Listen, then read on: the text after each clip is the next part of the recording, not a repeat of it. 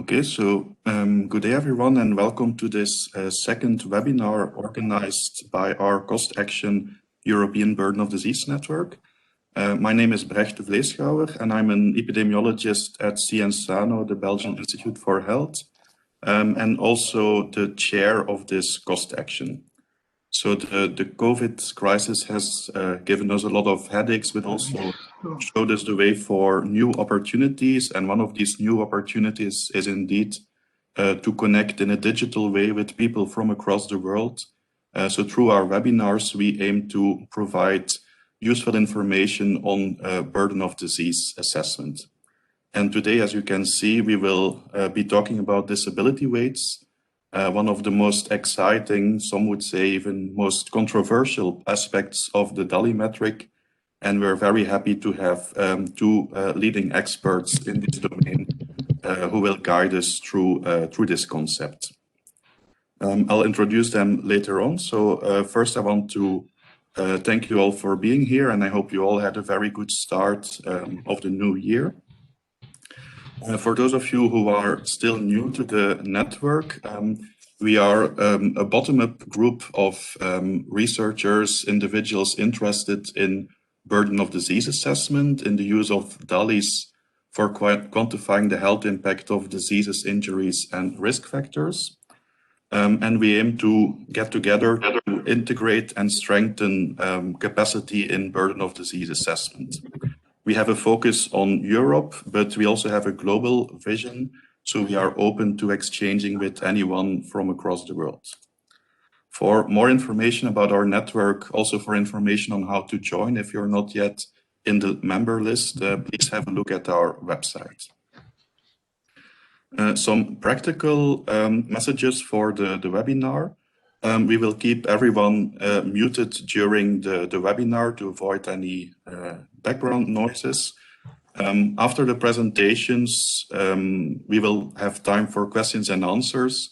So you can use the chat box to ask your questions, but you can also just unmute yourself and take the floor. In the meantime, the presentations are already available as PDF through our website. And as mentioned, we will be recording the webinar and we will also post the video online. Okay, so enough said about that. So what are we gonna talk about today? As mentioned, we are very honored and pleased to have two leading experts in disability weights with us today.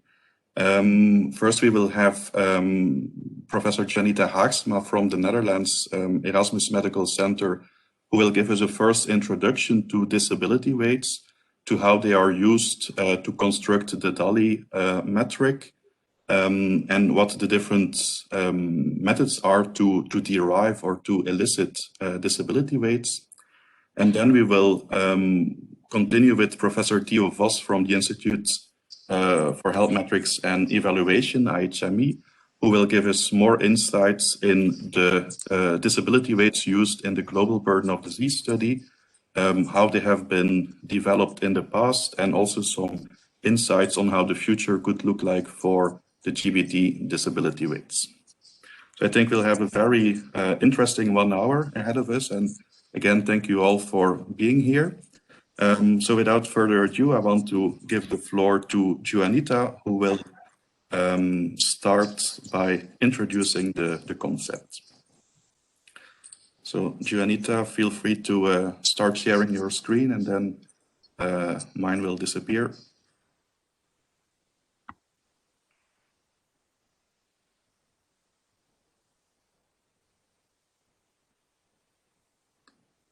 Yeah, perfect.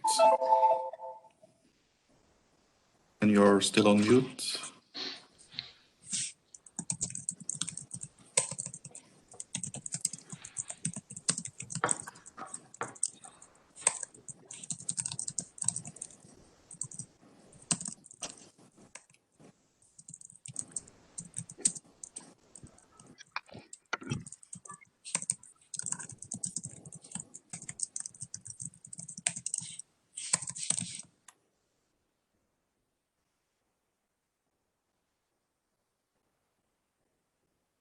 Oh, sorry. Am I here? Can you hear me now? Yeah, we can hear you, Yeah, but at the moment we apologies. see, okay, it's here. So now we Yes. have the presentation in full screen mode. Thanks. Yeah, Apologies for the delay. Hello, no my name problem. is Juanita Haagsma. Sorry for the delay in unmuting myself. I had some problems finding the icon. But here we are. So I'm going to talk about the elicitation of disability weights. Now, disability weights are necessary to calculate disability adjusted life years, the so-called DALY, or the abbreviated DALY. The DALY is a health gap measure that measures the gap between an optimal theoretical optimum and what is actually lived by a person. And it uses healthy time as a unit to measure the gap between this optimum health and this health state or health life that is actually lived. So in this slide, you see a graphical presentation of a DALY for one person. And for this person lived in full health until age 20. Then from age 20 until age 60, this person lived in a non-optimal health state, for instance, a chronic disease like reactive arthritis. And then at age 60, this person died, whereas life expectancy was 80, for instance, for this person. So in this case, the blue square represents the years of life lost, so the fatal part of the disability adjusted life year, and the pink square shows the years lived with disability, so the years that this person lived with this disease and not in full health. So disability weights are then needed to measure health losses from non-fatal health outcomes, like the reactive arthritis in our example in the slide before. Disability weights quantify severity of outcomes as a percentage reduction from perfect health. So for instance, if a disability weight for severe traumatic brain injury was 0.5, then 2 people living with severe traumatic brain injury in a year of interest would be equivalent to the loss of 1 year due to premature mortality. So you need this weight to make a bridge between the years lived with this or the non-fatal health outcomes and the healthy time that is lost for non-fatal health outcomes and fatal health outcomes.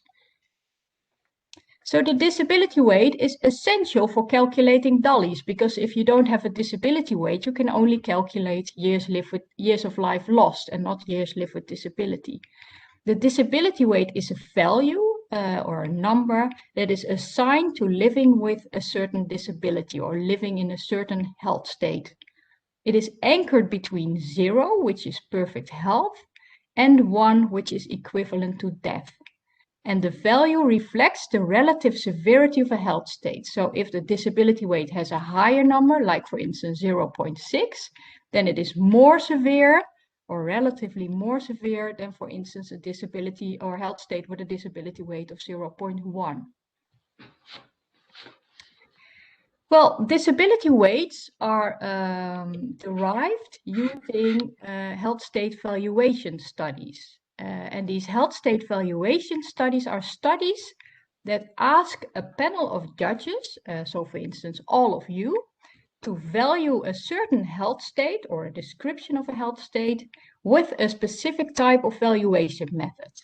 And this then gives the preferences of, if you were the panel of you, for certain health states. So I would know what your preference would be for traumatic brain injury or reactive arthritis.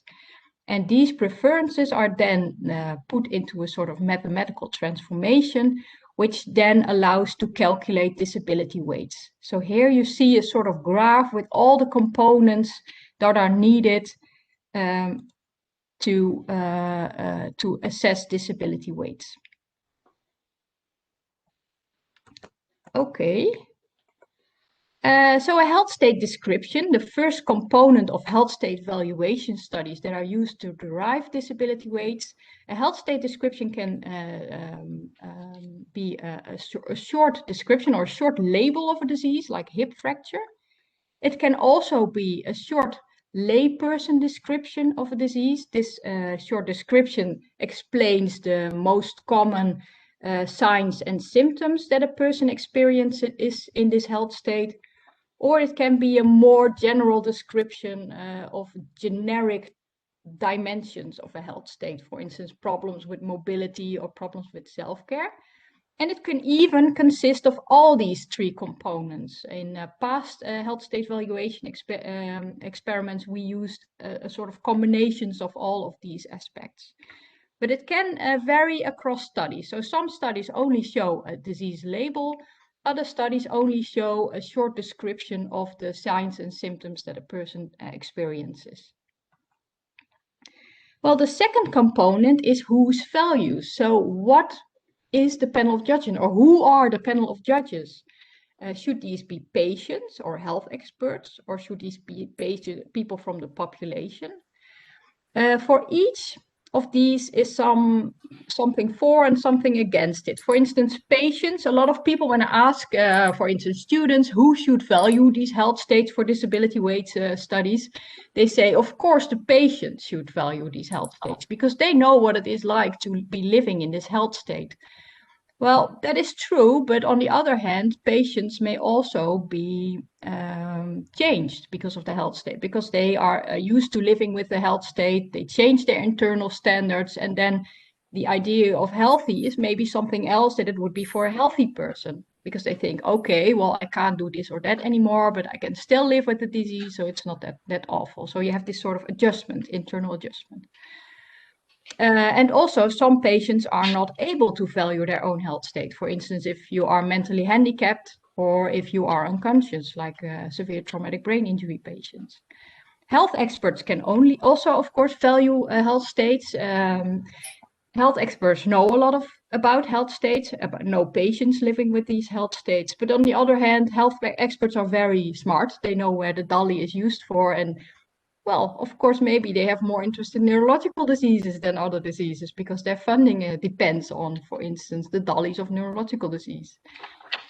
And then, of course, you can also ask the general population. But then, of course, you need to describe the health state very clearly because otherwise they don't know what they are evaluating. Okay, the third component are the valuation techniques. There are several techniques to elicit the preferences of the panel of judges. For instance, the visual analog scale, the time trade-off, the person trade-off, and the paired comparison. I will explain the first three of these valuation techniques, and the paired comparison will be described by Theo in his presentation. So firstly, the visual analog scale. This asks people to position a health state description on a scale from 1 to 100. So for instance, if you have a health state description of blindness, I would ask you where from 0 to 100 would you place this health state on this scale. This is a technique that is often used, has often been used in the past in disability weight surveys. And here is an example of some responses from a panel of judges where, for instance, common cold is more towards the end, towards full health, whereas paraplegia and kidney failure are more on the lower end of the scale. Well, there are some advantages and disadvantages of the visual analog scale. The advantages is that the visual analog scale is very familiar for people because they use it in many life experiences. And the cognitive burden is quite low, so it's not very complicated for people to do the visual analog scale. But the disadvantages is that people tend to avoid the extremities of the scale, so the full health and the death part of the scale. And there's often a clustering of values. So people tend to stick around 0.80 or 0.40 on the scale, or 80 and 40. Another disadvantage is that it's not choice-based. So there's not a trade-off between two alternatives. People don't have to give up anything to give this number to a health state. So in a technical sense, the visual analog scale does not assess preferences, but values.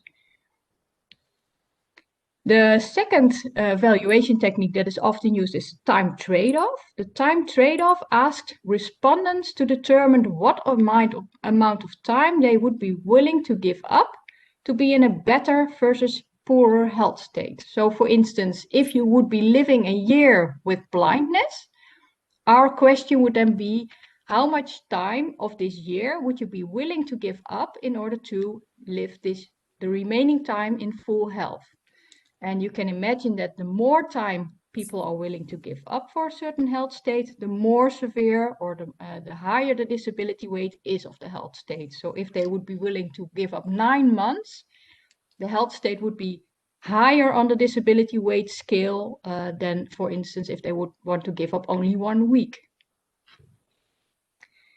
So the advantage of the time trade-off is that it is choice-based. So this in contrast to the visual analog scale, you have to make a choice between 2 outcomes.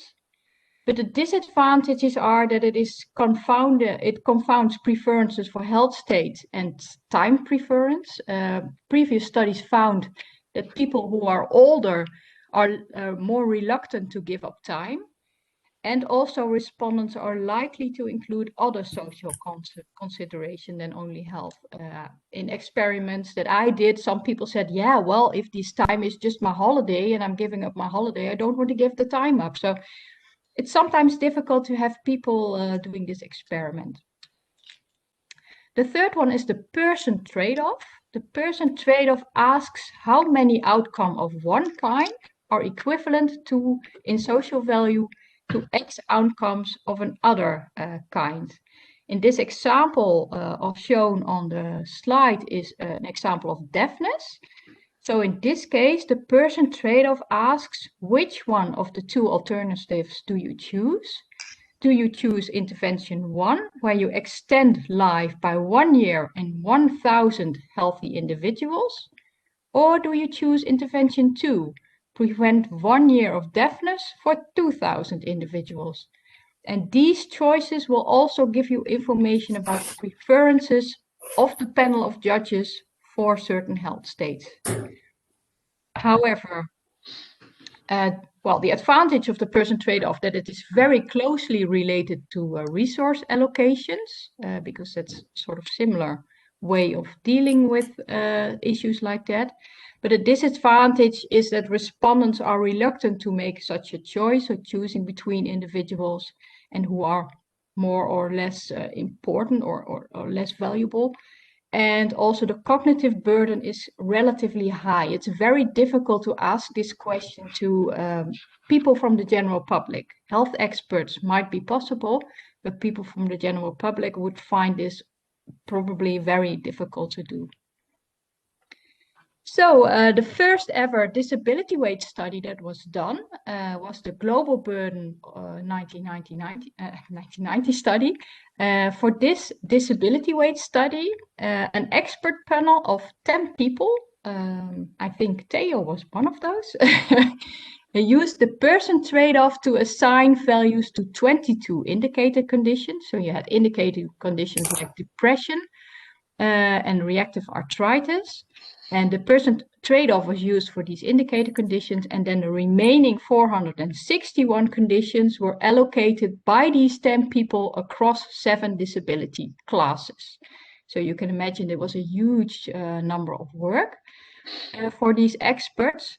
But also, in this example, these 10 people decided for the whole world what the disability weights would be for calculating DALYs. Well, after this first disability weight study, I say here after GBD 2010, but it should be 1990 disability weight study. So after this first disability weight study, approximately 30 other disability weight studies have been performed. And each of them was a little bit different in design. The panel of judges, for instance, the valuation technique that was used, or the description of the health state. And each of these affected the value of the disability weight. So for instance, the disability weight study of a study that I performed a couple of years ago for major depression is very different compared to a study from, for instance, South Africa on disability weight. So you see that the design choices have a very big influence on the actual value of the disability weight. Well, here we were in our disability weight land, doing our very nice studies, thinking and designing studies to assess the impact of, for instance, the health state description on the disability weight or the valuation technique. And then suddenly there was this very big disability weight study from the Global Burden 2010 study by Joshua Salaman and colleagues, and where most disability weight studies had up to 200 people, which was already quite big for a disability weight study, panel of judges evaluating the health states. We then had this huge GBD 2010 study that had more than 30,000 people who evaluated the health states. It was also multi-country, and it was completely different in design. So that shook the disability weight world, and Theo will tell you more about this GBD 2010 disability weight study. Thank you very much for your attention. Okay, so Brecht, do you want me to delve straight into that? Yeah, well, maybe because I see we have one question in the chat. Maybe we can take this question first and then. Yeah, I saw it. I think I can weave it into what I'm presenting, so that might work a little better. Okay, indeed. So then the floor is yours, Theo. Thanks. Okay, now I'm not so used to this one. Let me see.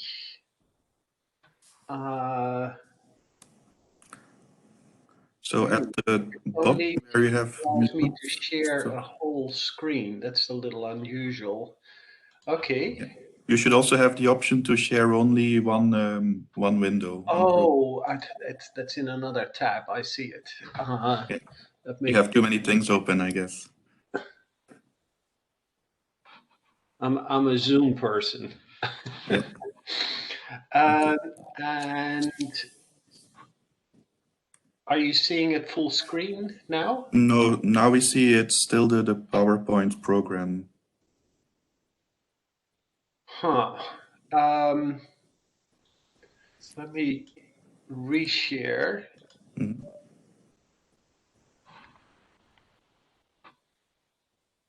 Well, I might as well take the whole screen then. This should work, I think. Is that yeah, right? we see the presenter mode now. Okay. So following on from what Juanita was telling you, I'm going to say something about the GBD 2010 measurement study. It's strange. I don't see the screen on the webinar page, but as long as you see it, then that's fine. Yeah, but we see the view with the annotations. If you would have any annotations, I don't know if that plays a role or not, but we indeed see the slide. Oh, yeah. This is a tricky program. Yeah.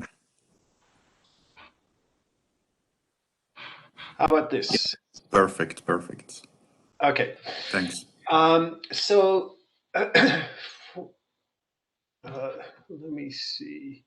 So for GBD 2010, we carried out household surveys in 5 primary sites, and we focused on a method of pairwise comparisons for 108 chronic health states. And these were face-to-face interviews in Tanzania, Bangladesh, Indonesia, and Peru, and using a CATI telephone interview sample in the US. We then supplemented it with an open access internet survey where we included all the 220 health states that for which we wanted to get disability weights. And there we used multiple measurement methods, the main method still being the pairwise comparisons, but also a population health equivalence method, which I'll describe shortly. Initially, we only had it in English, but then we translated into Spanish and Mandarin to get more spread of people taking part.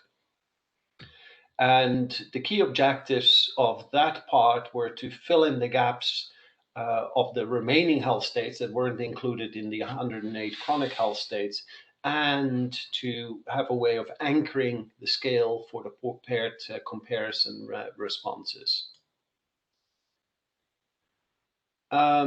And the choice for these paired comparisons was dealing with the criticism that we received for earlier work on disability weights. And this much maligned panel of 10 people in Geneva holed up for 4 days to derive the first set of disability weights had, of course, lots of shortcomings.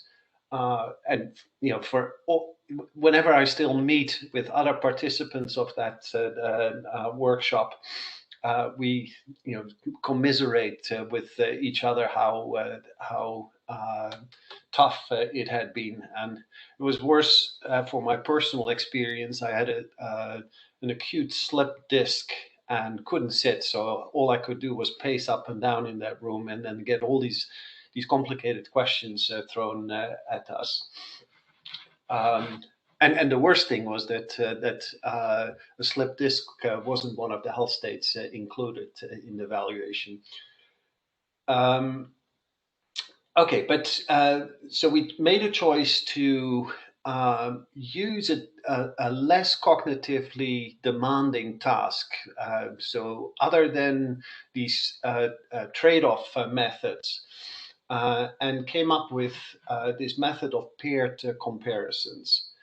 And the way it works is respondents either read or hear two descriptions of hypothetical people, each with a randomly selected condition out of the 220 that we fielded in the GVD disability weight studies.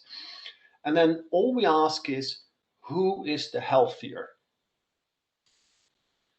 And what we found was that this is a feasible way of asking questions.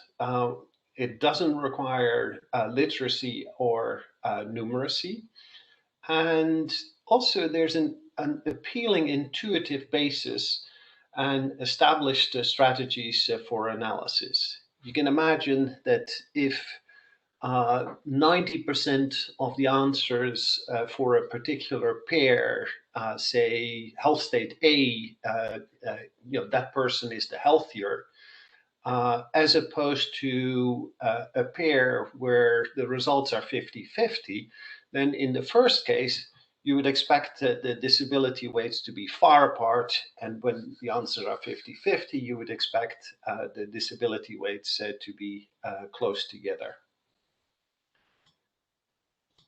So what we learned when we were piloting this, that we needed to have language that in lay descriptions that are easy to understand for members of the general public, which we deliberately chose as respondents with the argument that if we're going to use this information to determine health policy, it affects members of the general public, and hence we are most interested in getting views from the general public.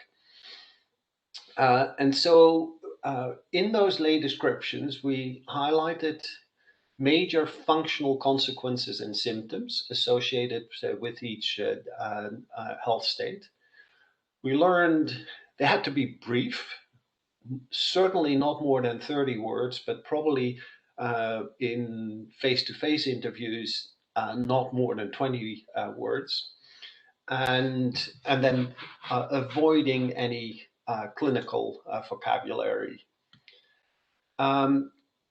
We also had an introduction, a preamble to put respondents in the right frame of mind, the way we would want them to answer the question. So here is the text that we used, and I'll give you a little time to read through that. And all of this is meant to make people think in a similar way when they're answering the question.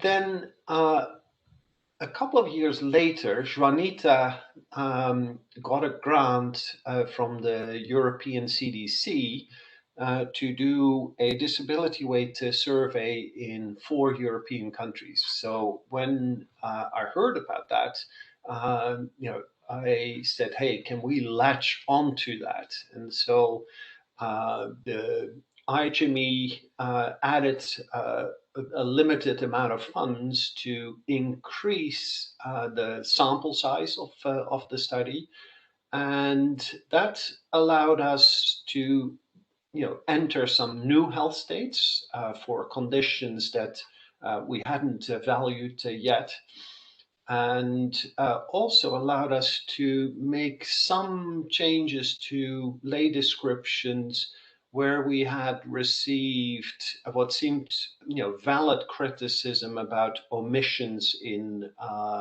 what it means to live in a particular health state. And the 2 more striking ones were the addition of mention of incontinence in spinal cord lesion health states, and getting greater consistency between more severe hearing and more severe vision loss by adding in a notion of worry due to social isolation at these higher levels of impairment for both sensory loss conditions. And because in the initial survey we had that sort of mention in the description of blindness, but not in the description of profound and complete and severe hearing loss. Then a way of summarizing results is in one of these heat maps, where you plot from for the first health state in a pair what the proportion choosing it is between best and worst, and then the same for the second health state in a pair. And the more blue the left upper corner is, and the more red the right bottom corner, and then the sort of gradual shifting of colors in between, the greater concordance there is between different studies. And so these are the heat maps of the original GBD surveys, the 5 country ones, and the internet. And if you squint a little bit, then it looks relatively convincing that there's a lot of comparability in the results, with possibly the exception of Bangladesh, where it looks like the results were a whole lot noisier than in other locations.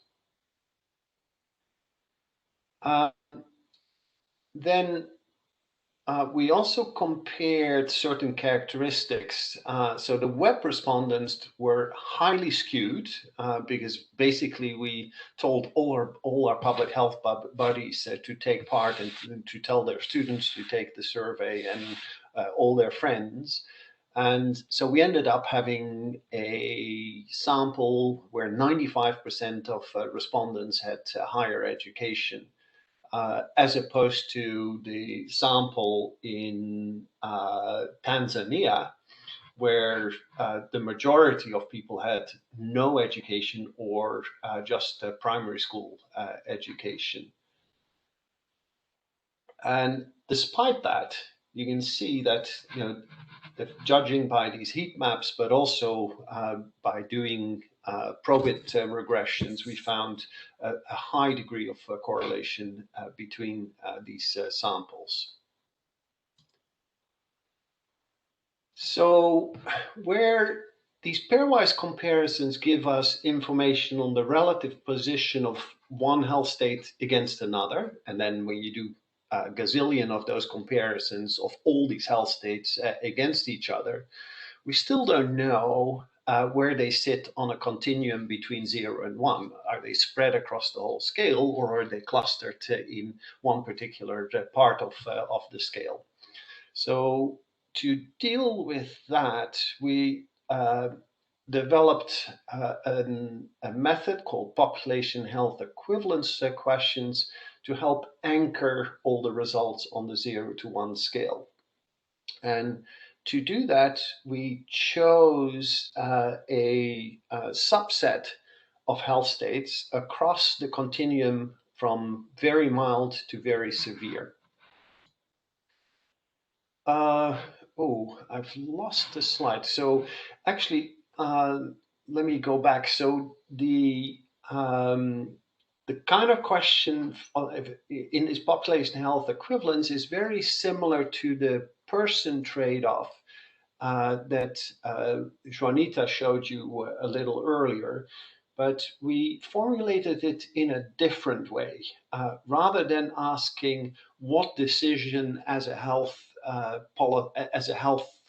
decision maker would you take between keeping people alive or restoring people to good health, we framed it more as a retrospective. What did you think about a program that kept 1,000 people alive who otherwise would have died on the spot versus restoring X number of people, and we varied that between 2,000, 5,000, 10,000, who suffer from, say, blindness. And we deliberately did that because our experience with asking person trade-off questions is that a lot of people just turn off and say, you can't ask me to play God.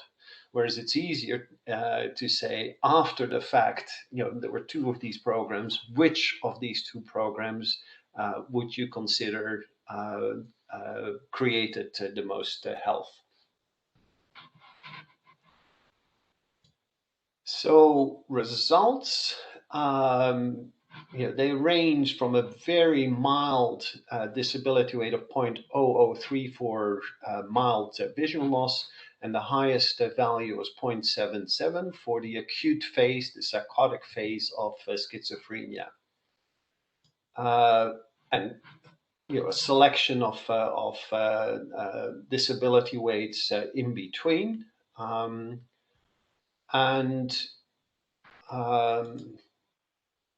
Here you can see the distribution by quantiles of the value of disability weights. You can see there are a lot of health states here at the bottom, and that's really important because these are often quite common health states where it's really critical to get a good disability weight. And our experience was with other methods, these trade-off methods, and with using, say, a visual analog scale, that you tend not to get very good discrimination between these disability weights at a low severity level. We also checked whether, where we explicitly built in levels of severity, whether the order of those values was correct. And so when we got results from the European surveys, we compared them with correlation coefficients, looking at these heat maps, and found very similar results between the 2 sets of surveys. It was maybe a few lower values for fractures in the European surveys, and a lower disability weight for severe infection, which annoyed the people at the CDC, as you can imagine, because that was one of the health states that they were keenly interested in. All the alternate health states that we included, they behaved as we expected. So we got higher values for hearing loss. We got clearly higher values for spinal cord lesion. And we made a conclusion that, we thought that these new health state disability weights have face validity and, were part of a severity hierarchy, it made sense. Then more recently, there was a survey done in Japan and of considerable sample size. So more than half of all the other surveys combined. They used very similar methods, but altered a few lay descriptions, unfortunately, because that meant comparisons were a little harder for just those. And this is the first time where we noted considerable variation in results compared to previous surveys. And that led us to do some additional work, and it indicated that health states associated with pain or sensory loss in their lay descriptions got much higher values in the Japan survey, whereas disabilities with mention of mental and substance use symptoms got much lower disability weight values in Japan. So that's the first time to find such large variation. Now, interestingly, we are just seeing results coming out of a very large Chinese disability weight study, and want to do a similar sort of regression analysis on domains mentioned in the lay descriptions. But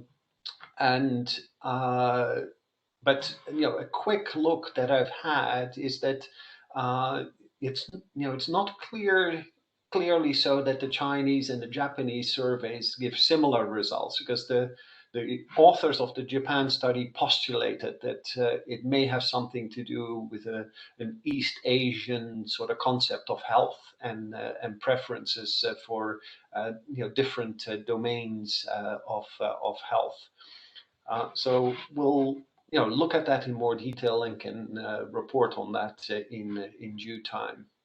By the way, the Japan Disability Weight Survey is in submission, so I can show you a little preview where this is the line of equivalence between the Japan and all the previous disability weight surveys. The blue lines indicate the bounds for 2 standard deviations of difference between the two sets of surveys, and the red lines for even 3 standard deviations difference. And you can see there are more than a few that actually fall beyond the blue lines, and even quite a few that fall beyond the red lines.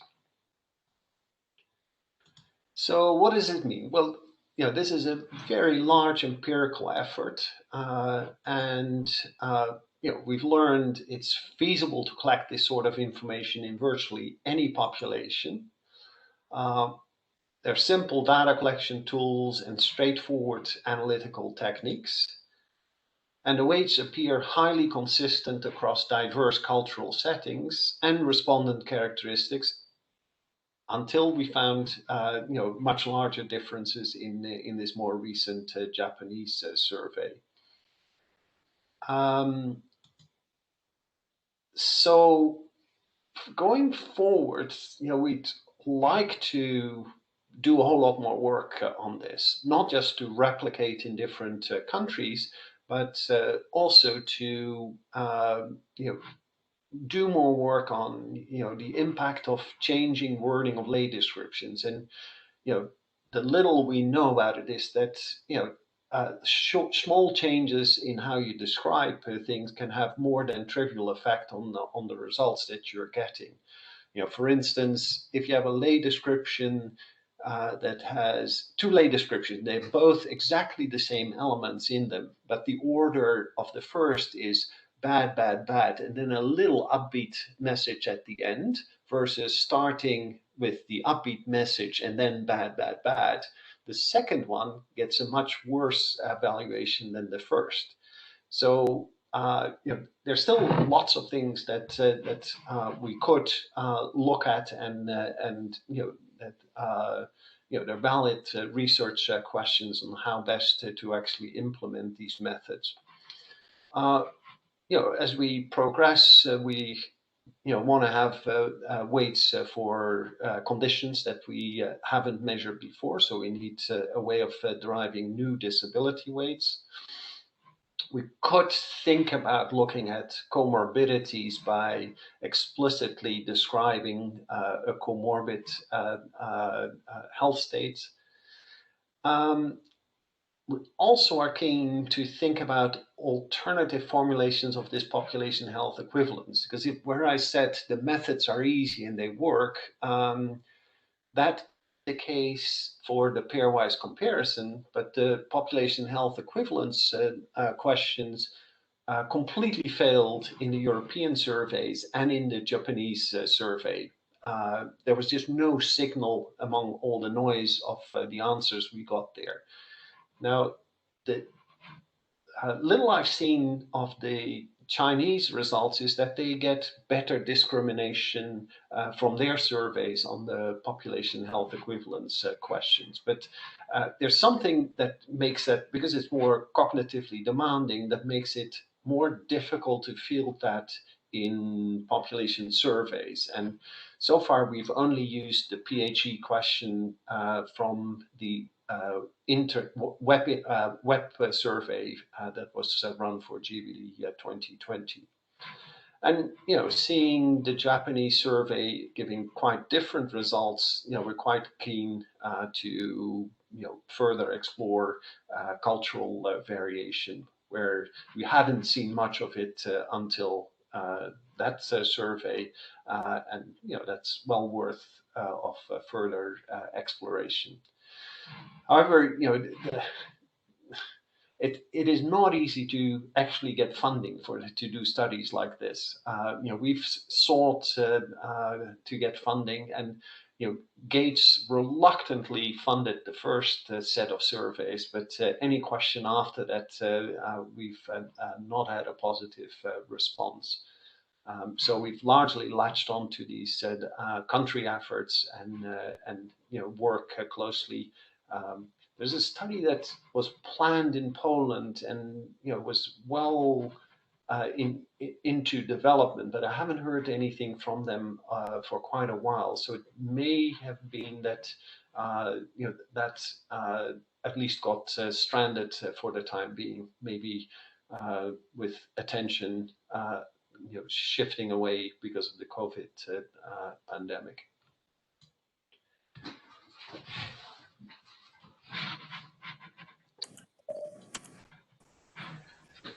So on the question, the first question was about, could we use ICF and patients with the same condition may have a very different level of functioning. So, in the formulation of the pairwise comparisons, we made a deliberate choice to concentrate, on health loss rather than general welfare loss. And we had a long discussion with a panel of ethicists and philosophers who were guiding a lot of these social choices that we made for GBD 2010. And they supported our arguments that we're in the business of measuring health loss as opposed to general welfare loss, and hence we would concentrate on asking much more specifically about health loss. Now, many other measures where people say they want to measure general welfare loss, they tend to phrase everything around health as well. But what it means is that in terms of ICF, that we concentrate on the I and the C part and much less the relative functioning of an individual within their circumstances. And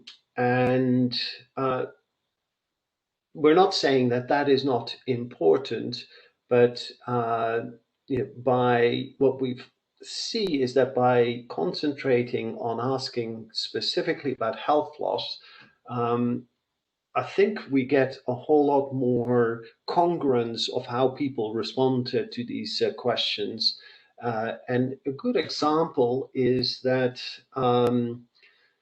by doing so, for instance, a health state of infertility gets valued at very lowly, disability weight of 0.01, between 0.01 and 0.02. And that was even the case in countries with very high fertility, like in Tanzania, and where, if you would ask more generally about, what impact would that have on the whole life of a person, then people would probably give much higher values. And, for instance, when I was involved in the Zimbabwe burden of disease study maybe 20 years ago now, there was an explicit decision made that they wanted to double the disability weight, which was at that time 0.2 for infertility, to 0.4, saying for us, infertility is one of the biggest problems, and we think it wasn't valued high enough. But so it's an example where you see the contrast between asking specifically about health, where you pair a description of infertility against anyone with pain or loss of mobility, and most people say in terms of health, the person with pain and loss of mobility is much worse off. But these are choices. Yeah. Indeed, so the main challenge is that we try to measure something that doesn't exist. So we can measure our height and weight and temperature, but we cannot really measure our health. So it all comes down to using these proxy measurement scales, and all based on different assumptions. So I think one of the key messages is that both transparency but also internal consistency is really key when talking about disability weights. I think the question from Seval Akgun is very relevant there, where it's asked, should every country calculate their own disability weight separately, or is there a standard one now? I think it would be valuable if countries do their own assessments. It would be more valuable if the same instruments are being used so that we can make valid comparisons. But in terms of, do you definitely need to have your own disability weights, or should you use the general GBD weights? If you want to make any comparison with other countries, and you're probably stuck with using the GBD weights, because as soon as you alter the assumptions around disability weights, you have a different DALY, and you have no longer comparable results. So if you want to make comparisons between countries or over time, then you have to use the same values of these choices of, like social value choices, of which the disability weights are one. But it doesn't need to stop you. Say, the Japanese say, well, we've made a clear statement. We think pain and what was the other one? Well, pain and I think vision, sensory or vision. Yeah, sensory loss are far more important to us than mental health symptoms and substance use health states. So, be valid to recalculate burden estimates using a different set of weights, and be interesting to see how much would that change, say, the ranking orders. But as soon as you want to compare with other countries, you have to use the same common set. And maybe a related question by Jurgen Bukers is on the WHO set of disability weights used in the global health estimates. At least in the previous, made some manual changes to some of the disability weights? I'm not a great fan of that. Those were, ad hoc sort of changes. We don't like a few, so we're going to, do some manipulations ourselves. That, I think, invalidates doing this as a comprehensive exercise where you use the same methods. And when you do it, there are things that you may not like. I, for instance, was really surprised to see relatively low disability weights for even very severe intellectual disability. But we consistently find that across all surveys. And so, rather than saying, I don't like it, I'm going to just pick and choose and change them, where you open yourself to all sorts of biases or pressure by disease advocates, we say no. The way we do it is to get a comprehensive set of weights using exactly the same methods and not this sort of haphazard tinkering with particular values. Yeah. Juanita, I don't know if you want to add something, but if so, please feel free, of course, to. Yes. Until now, I don't have anything to add. Yeah.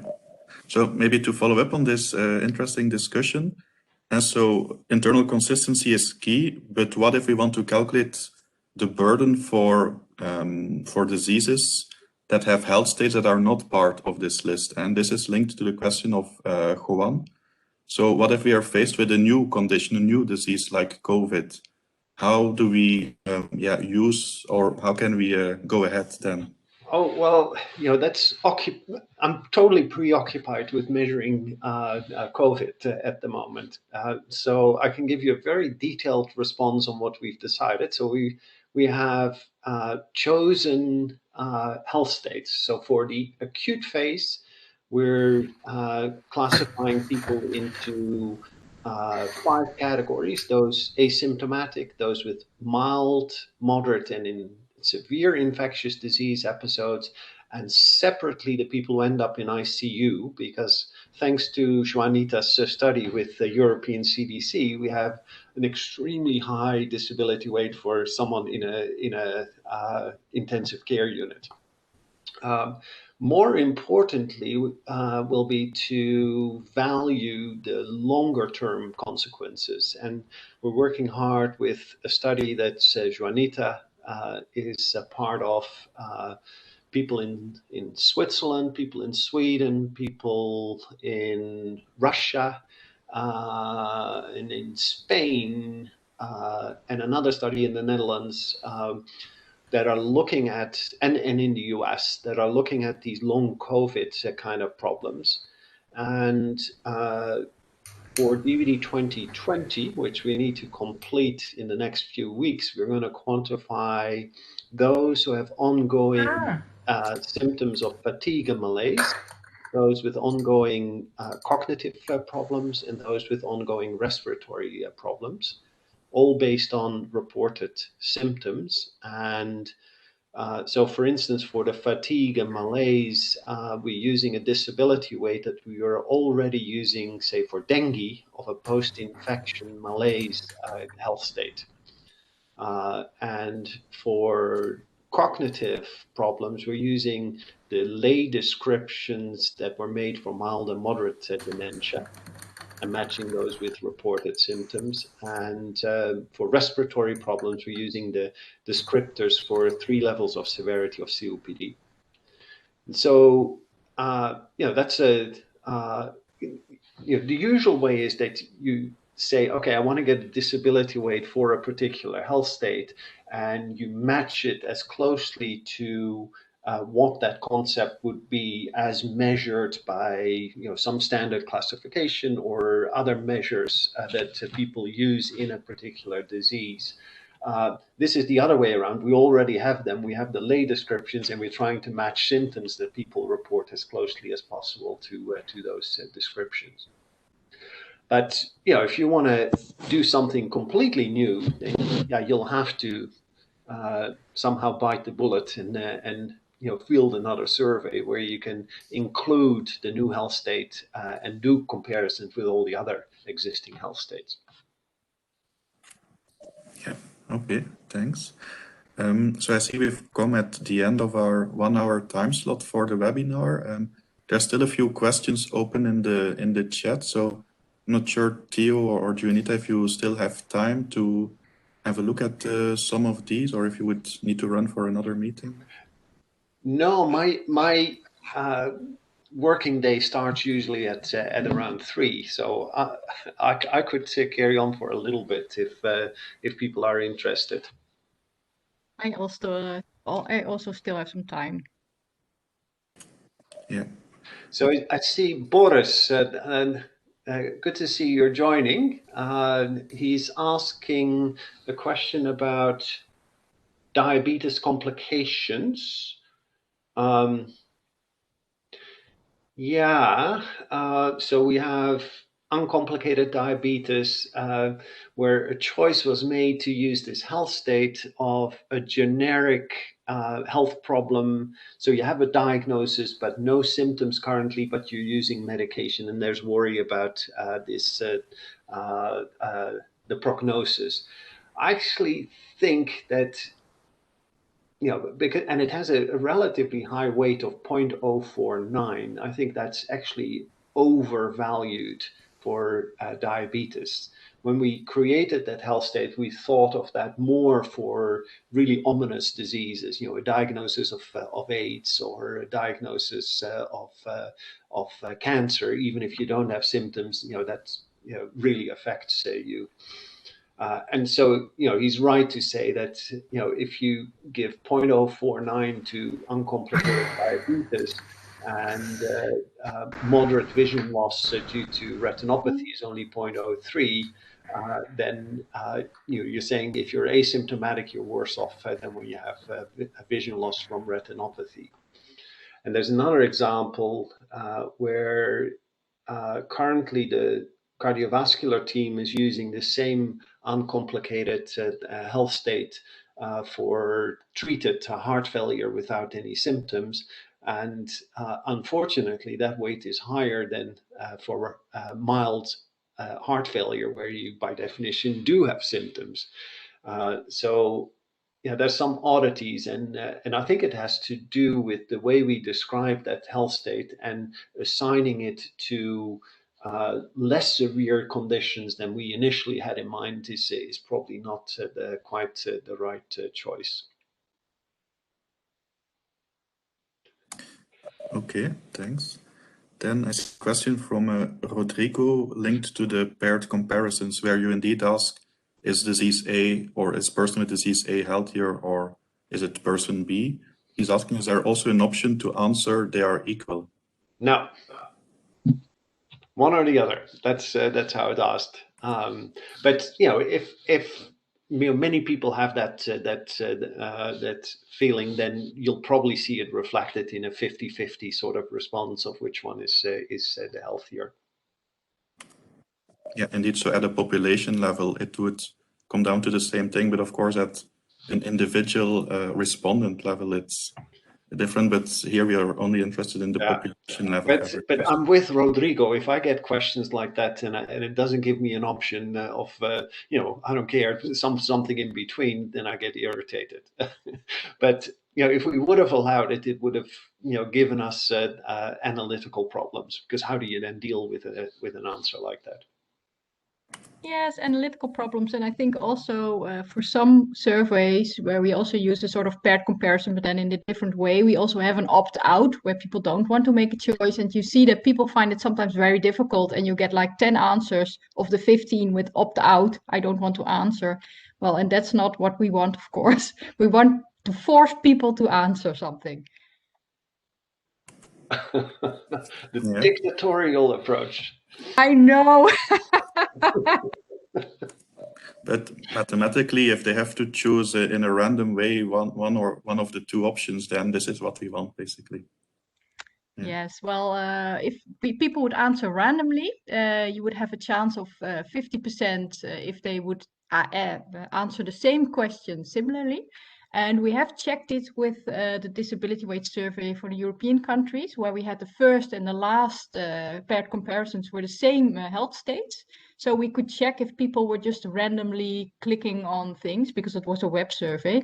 And we found that approximately 80% of the participants had the same answer. So chose the same health state. Yeah, okay.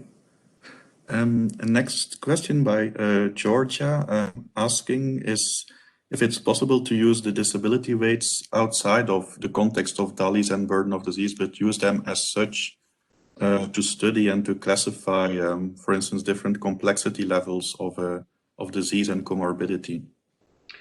Well, that's a whole different topic area to talk about comorbidity. But what we do in GBD is we measure things disease by disease, and then we do a comorbidity correction where we make an assumption that disability weights are not additive but multiplicative. That has the property that they can never exceed 1, and you cannot be worse off than dead, basically is what we're saying. We have done some work on the medical expenditure panel surveys in the US, where people give a lot of diagnostic information, and we also have SF12, and we have a way, we found an equivalence equation between SF12 answers and our disability weights. And there we've been examining, what in SF12 terms translated into disability weight space. The values are that people give who have single conditions versus multiple conditions, and that seems to support that a multiplicative model is reasonable. Separately, but I don't know the details, a report from people in New Zealand who did a similar sort of exercise and also said that they thought there was certainly more support for a multiplicative model than for additive model. Yeah, and same for the Korean group. They also have a recent publication where they also came to the same conclusion. So, but if I may follow, if you can send that, that would be great. Now the problem, I've looked at the Korean disability weight study, and the problem with that one is that it has, they added other features, and I think that clouded their results, and they actually had very inconsistent findings. Like often the different levels of severity for the same condition weren't in the right order, so yeah, we haven't thought of incorporating the results because they basically used different methods, and the face validity of their results wasn't great. yeah. So I'll, or if someone can put it in the chat, I wasn't able to find it right away. But to follow up on one of these elements, so we assume that the disability weights cannot become worse than that. We also have this bound by 0 and 1. This sort of makes sense, but then you also have specific examples. The example of euthanasia, where people do prefer death over continuing to live with their health state. So how do you feel about that in the context of we've considered that, and we've included that in our discussions with the philosophers and the ethicists, in the end we made a decision that yes, some people act upon a feeling that they're worse off than dead, but those instances would be relatively rare, and for population health measurement, probably the advantages of bounding everything between 0 and 1 greatly outweigh the potential problem that you may be underestimating the true severity of relatively short periods of time that people spend in certain health states where they think they're worse off than being dead. But again, that's a choice that we've made. Yeah, okay. Then I was okay. And so following up on the discussion we had on intellectual disability, Anja Chang is asking if there could be a bias due to prevalence of the disease. So maybe if a disease has a low prevalence, then somehow people who are asked to answer these questions would give a lower feel of severity. Yeah, one is that we don't provide any labels of disease, so we don't explicitly give people information to say it's rare or not. And there are lots of health states in there for pretty rare conditions, like multiple sclerosis, for instance, and we don't see the same thing. So what we're postulating is that, again, by explicitly asking about who is the healthier, that people consider something that you're likely to be born with as less of a health issue than something that you acquire. And whether that is what we would like or not, I don't know. I actually, my prior would have been that the disability weight for profound intellectual disability, where basically the lay description says this person is extremely low intelligence and needs help with everything in life 24 hours a day, that it would have gotten the disability weight of, I don't know, 0.95, 0.98. But that maybe shows my own bias for the intellectual domain. Yeah. Okay, thanks. Maybe a quick question. So you mentioned the Japanese and the Chinese studies. Is it also the idea that the disability weights used in the GBD will be updated based on these studies, or are there other ideas for updates? Well, that would be in the same vein as the decision we made when we got the European surveys. And when we found great equivalence, it made it a lot easier to say, well, let's pool the whole lot and then update the disability weights. We haven't made a decision yet, but I would be keen, once we have the Japan and the China studies, to do a pooled analysis of all of them and actually update and say, well,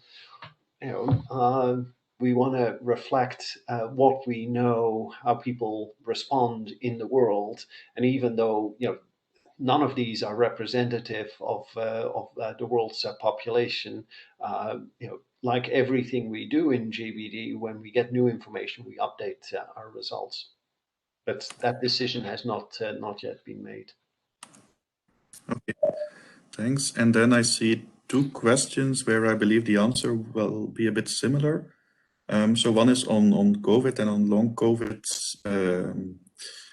and the sequelae of mental health loss in particular. So the question is if these impacts linked to mental health loss could be location specific based on different geographies that have different control measures. Yeah, the two different streams that we're looking at. So one is the direct consequences of people who suffered from COVID infection. Separate from that are all the other influences of lockdown in also, in the whole society. So not just including people who have had infection. And those indirect effects, and similar, not just on mental health, but also indirect effects on excess mortality or even reductions in mortality, the reduction in road injury deaths, for instance. We're trying to, as much as we can, get very sparse data that actually reflects the year 2020 to quantify that. And so we're currently working on figuring out how much excess mortality there is from other causes.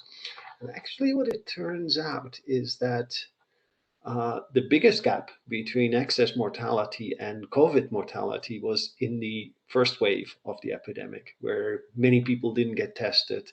And depending on what the rules were country by country, some countries like Belgium, they probably even over-assigned deaths to COVID, whereas other countries where there were serious restrictions in what you could call a COVID death, like in the Netherlands, there was quite a gap. But as time went on and testing became a lot more available, the difference between what was recorded as COVID deaths and excess deaths has become a whole lot less.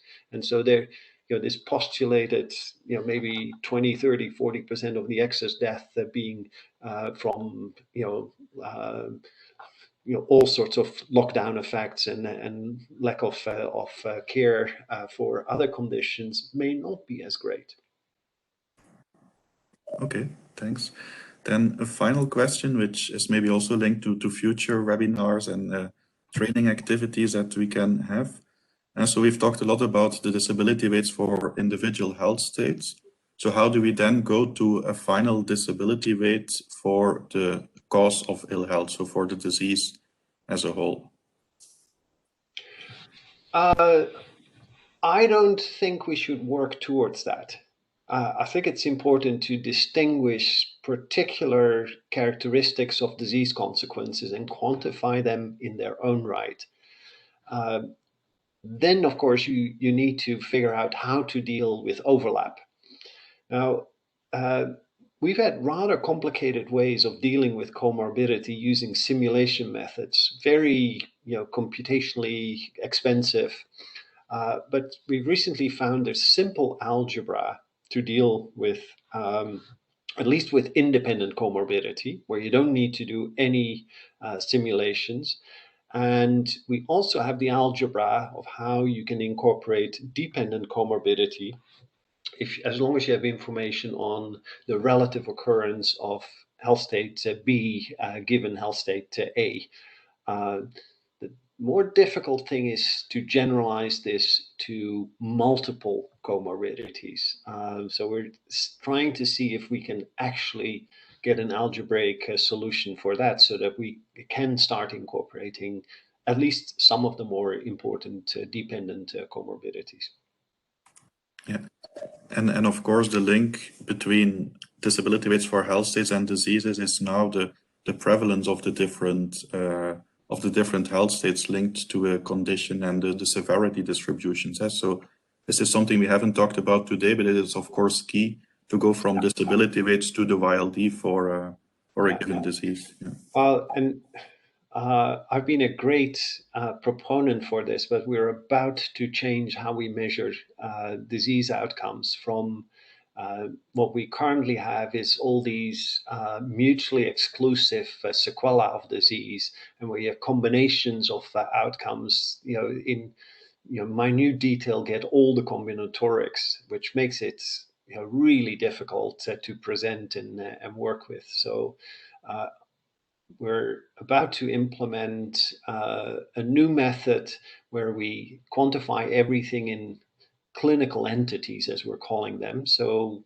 maybe 2, 3, 4, 5, at most 6 of those for each disease, where we allow them in prevalence to exceed the total number of cases of disease. And then in terms of YLDs for the disease, deal with the overlap by using this simple algebra. So you'll hear more about that in the near future. Yeah, indeed. Looking forward to hearing more about that. Then a very final question, and thanks again for your flexibility to stay a bit longer. So thinking about the future, for future disability rate studies, also in comparison with other earlier studies, would it be recommended to have new lay descriptions for certain diseases or to match symptoms with existing descriptions? Yeah, well, I think it seems to refer to the same thing we talked about, that when you have something new, either you fit it within health states for which you already have disability weights, but then, the difficulty is how well does it match what you're actually trying to measure, or having to do new surveys and derive new weights. And also where to draw the line. So how different do health states have to be to warrant separate disability weights? So I think it's very difficult to really make a clear Yeah. Well, already I think we now use 235 health states. They are, of course, a summary of what all the detail is of health consequences of a disease. So we already, for parsimony's sake, made those simplifying assumptions. So we use mild, moderate, and severe infectious disease episode for a whole lot of different infectious diseases. And we have a whole lot of other common health states for multiple diseases. But again, this is not hard science, and there are a lot of choices that we make. Actually, one of the things I would like to do, if we get more opportunity to do work, the developmental work on disability weights, is do much more systematic work on lay descriptions and see how much of an influence that has, and then rather than making that a relatively small exercise, getting lots of people in our GVD collaboration to weigh in on that. Yeah. But getting funds surprisingly is really hard. Yeah. To conclude on that, if you would have any ideas or suggestions of how we as a network of mainly European but also other groups can support in that to answer those questions or to explore those challenges, then please do let us know, because we are here to support anything that would be needed. Well, I would put it back to you. If any of you has a plan to do work on disability weights, make sure you use, well, at least from our perspective, use the same methods that we've used. But let's then also think about how much opportunity we would have to make methodological changes. Make some changes in how we field the population health equivalence questions, for instance, or tinker with in a more systematic way with all these lay descriptions. Because in the end, that was a huge amount of argy-bargy with 40 expert groups we had for GVD 2010, who came up with often very long descriptions full of medical jargon, where we had to go back and say, no, it has to be all in simple language, and where often the feedback was, oh, but you can't not include this, and with it as a result that you would get extremely long descriptions. So, and then Josh and I reviewed all of those and, trying to make them more similar and align them. But, we clearly haven't done that, in as, rigorous a way as would be possible. So it'd be, really interesting to go through an exercise of consultations on these lay descriptions and ask people to look for inconsistencies and then, come to some rewrite of them, and also possibly some of these experiments of what happens if you change the order of things that you mention in your lay description, and there are a number of other things we could do. Also be interested in tagging on some more qualitative work, where after you get people to fill in the questions, to ask them some, why did you say something, and get more of the thought processes that people had when they filled in the questions. Okay, perfect. So thanks a lot for these ideas, and I'm sure that we will do our best to think how we can advance on these aspects. Juanita, I don't know if you have any. No, I don't have anything to add. I think I'm involved currently at our department with a master student, Srilak, who's also attending this webinar.